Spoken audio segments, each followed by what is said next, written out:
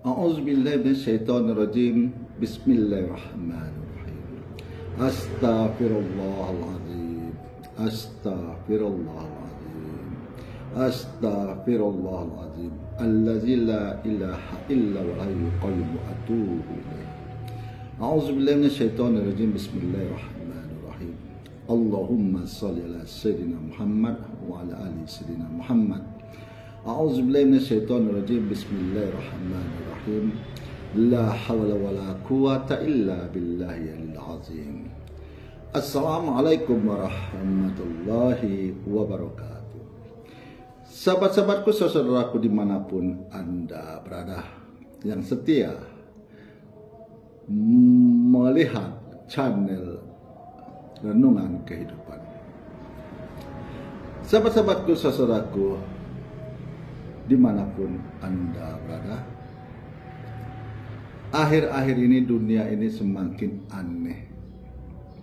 Dunia semakin aneh, kan?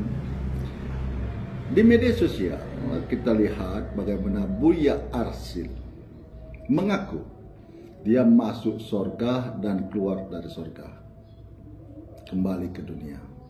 Nah, di sini jadi bertambah kebingungan kalau dia orang awam. Kenapa? Percaya dengan apa yang dikatakan oleh Buya Arsil. Dia sudah masuk ke tingkat wali Allah. Apakah wali Allah pernah masuk ke dalam surganya Allah? Tidak.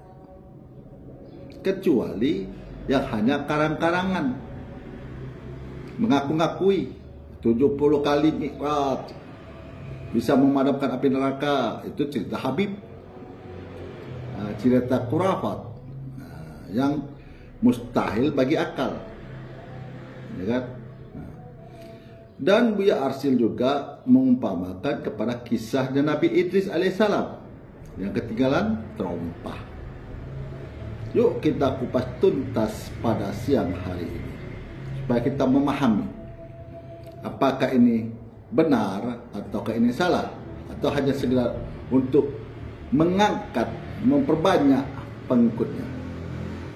Nah, dalam kisah Nabi Idris alaihissalam, di situ disebutkan bahwa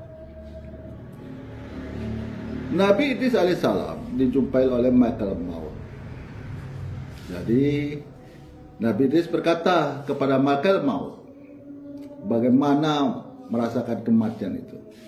Jadi malaikat maut atas izin Allah mencabut nyawanya Nabi Idris alaihissalam sehingga beliau pun meninggal dunia. Setelah itu dikembalikan lagi ruhnya ke dalam tubuhnya Nabi Idris alaihissalam, sehingga bangunlah Nabi Idris alaihissalam. Sehingga ditanya oleh malaikat maut, bagaimana rasanya kematian? Sakit. Padahal malaikat maut sudah mengambil nyawa atau ruhnya daripada Nabi Idris alaihissalam dengan perlahan-lahan, dengan sangat halus. Nah, jadi di sini masih setingkat Nabi merasakan sakitnya kematian. Apalagi kita orang biasa ini. Jadi di sini juga Nabi Idris ingin melihatnya neraka atas izin Allah. Maka Nabi Idris alaihissalam berkata, setelah malaikat maut mengunjungi neraka, begitu mengerikan dan menyeramkan neraka itu, sehingga Nabi Idris kembali ke dunia. Setelah itu Nabi Idris alaihissalam ingin melihat surga, sehingga malaikat maut dan Nabi Idris juga mengunjungi surga atas seizin Allah. Nah, di dalam surga Nabi Idris takjub, senang, riang, gembira di situ. Tidak mau dia mau keluar. Jadi dia cari akal gimana supaya dia nanti sudah keluar masuk lagi. Nah, ditinggalkannya terompah. Terompah ini sengaja ditinggalkannya dalam satu kisah di bawah pohon, sehingga keluarlah Nabi Idris alaihissalam menjumpai malaikat maut. Setelah berjumpa dengan malaikat maut, waktu diajak pulang, Nabi Idris mengatakan bahwa sandalnya tertinggal di dalam surga, sehingga dia pun diperkenankan untuk mengambil sandalnya. Setelah dia mengambilkan sandalnya, dia tak mau keluar lagi, sehingga malaikat maut bingung, gimana Nabi Idris ini kok tak mau keluar? Sehingga didatangi malaikat maut kepada Nabi Idris. Setelah jumpa Nabi Idris tak mau, karena alasan dia sudah merasakan kematian. Karena janji Allah harus merasakan kematian. Setiap makhluk hidup yang bernyawa harus merasakan mati, karena janji Allah itu maha benar. Nah, sekarang Buya Arsil mengaku masuk ke dalam surga. Jadi Buya Arsil ini siapa? Wali. Belum ada satu kisah pun mengatakan para wali masuk ke dalam surganya Allah, kecuali wali yang mengarang-arang diri, seperti Buya Arsil. Karena harus merasakan kematian. Buya Arsil sudah merasakan kematian belum? Apa dia yang setingkat dengan Nabi, sehingga menyamakan dengan Nabi Idris alaihissalam? Jadi cita-cita seperti ini ada cita-cita khurafat. Gitu. Apakah Buya Arsil keimanannya sama dengan keimanan daripada para sahabat? Para sahabat-sahabat Nabi kita, Rasul kita, Nabi Muhammad sallallahu alaihi wasallam, yaitu Abu Bakar As-Siddiq, Utsman bin Affan, Umar bin Khattab, dan Ali bin Abi Thalib, dan Bilal, yang mereka-mereka ini sudah dijamin masuk surga. Cari salah satu hadis, baik hadis hasan atau hadis maudhu, yang mengatakan bahwa para sahabat-sahabat Nabi sudah masuk ke dalam surga semasa hidupnya. Coba cari yang maudhu sekalian. Jadi kalau mau Buya Arsil ingin mencari dunia, ya cari aja lah dunia itu sebanyak-banyaknya, ya kan? Tidak usah menciptakan cita-cita khurafat, apalagi menuduh Nabi menyembunyikan sholawat. Nabi tidak ada disembunyikan dalam menyampaikan agama Islam ini. Tak ada satupun yang disembunyikannya. Semua disampaikan kepada para sahabat. Jadi disinilah kenapa Allah memerintahkan kita menggunakan pikiran dan melakukan perenungan, sehingga kita tidak mudah untuk disesatkan dengan cita-cita khurafat. Apakah Buya Arsil setingkat dengan para sahabat? Gitu.